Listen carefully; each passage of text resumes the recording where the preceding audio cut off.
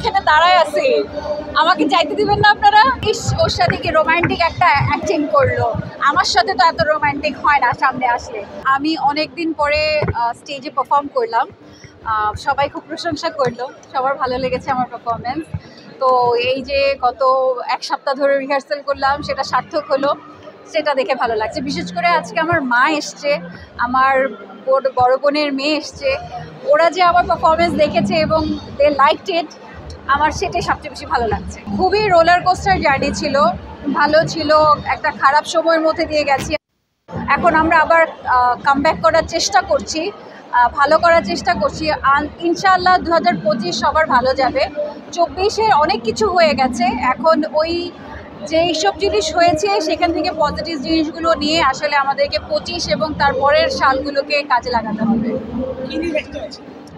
ব্যস্ততা আমার এখন ডিজিটালি ব্যস্ততা বেশি, কারণ হচ্ছে আমি একটু ডিজিটাল মার্কেটিংয়ের দিকে কাজ বেশি করছি। আর প্ল্যান আছে আগামী বছরে আবার আমি নাটকে ব্যাক করব, তো সেইভাবে প্রিপারেশন নিচ্ছি। বড় পর্দা ছোট পর্দা দুটারই প্রিপারেশন নিয়ে একসাথে আছি। শুধু বড় পর্দা না, ওটিটিতেও ইনশাল্লাহ আরও বেশি দেখা যাবে। কিছু না, ভালো মেকআপ আর আল্লাহ একটু দিচ্ছে চেহারা, সেটাই। আর ডিজাইনাররা সুন্দর সুন্দর কাপড় বানায়, সব কিছু মিলিয়ে আসলে আমরা প্রেজেন্টেবল হতে পারি। একা একা আসলে কোনো কিছুই পসিবল না, সবারই আসলে টিম এফোর্টটা লাগে আসলে এভাবে সুন্দর করে একটা ইভেন্টে আসার জন্য কিংবা নিজেকে প্রেজেন্ট করার জন্য।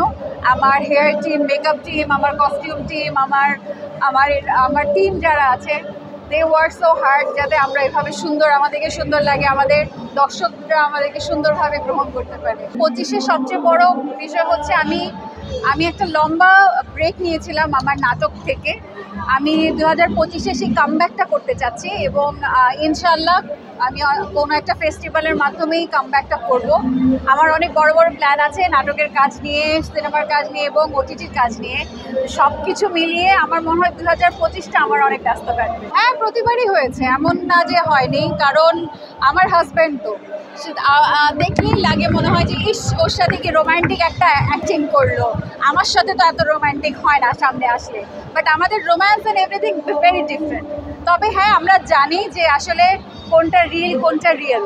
সো আসলে জেলাসিটা ওই আসলে একটু সময়ের জন্য, যে ইস, আমার সাথে কেন এত রোমান্টিক হয়ে কথা বলে না সব সময়, হুইচ ইজ রিয়েল লাইফে কিন্তু এটা পসিবল না। মানে আমি রাগ করলে ও ভাঙায়, ও রাগ করলে আমি ভাঙাই, এটা টিম এফোর্ট।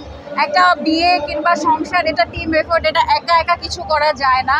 যখন আমার বেশি মেজাজ খারাপ হয়ে যায় তখন সে এসে একটু ভাঙানোর চেষ্টা করে, তার হলে মেজাজ খারাপ হলে আমি যদি ভুল করে থাকি আমিও যাই, এভাবেই চল। আমি একদমই রাখি না, আমি যেরকম আমাকে স্ক্রিনে দেখা যায় আমি অনেক হাহা হিহি করি, বাস্তব জীবনেও আমি আমি হাহা হিহি করতে থাকি। আমাদের আস্তে আস্তে মিডিয়াম চেঞ্জ হচ্ছে। আমরা মঞ্চে ছিলাম, মঞ্চ থেকে টিভিতে এসেছি, সিনেমার পর্দায় গিয়েছি, তারপরে এখন যেটা চলছে ডিজিটাল জামানা, সব কিছুই মানুষ ফেসবুকে, ইউটিউবে কিংবা টিকটকে, ইনস্টাগ্রামে দেখতে চায়। সো ওখানেও তো আমাদের দর্শকদের সাথে আমাদের কানেক্টেড থাকতে হবে। তো আমার মনে হয় এটা উল্টা আরও আমাদের জন্য প্লাস পয়েন্ট হচ্ছে যে আমরা ডিজিটালিও কাজ করতে পারছি। কি boss, vital match, tough opponent, tension? Come on bro, অপোনেন্টকে নিয়ে ভাবার সময় আছে। আসল অলরাউন্ডারের কাজই তো হলো যে কোনো টাফ সিচুয়েশনে টিমকে অলরাউন্ড প্রোটেকশন দেওয়া। জাস্ট লাইক মাই টাইলক্স, যার অ্যান্টিব্যাকটেরিয়াল এজেন্ট টয়লেটের কোনায় কোনায় পৌঁছে 99% জীবাণু ধ্বংস করে, টয়লেটের কঠিন দাগ ও দুর্গন্ধ দূর করে টয়লেটকে রাখে ক্লিন আর সুবাসিত।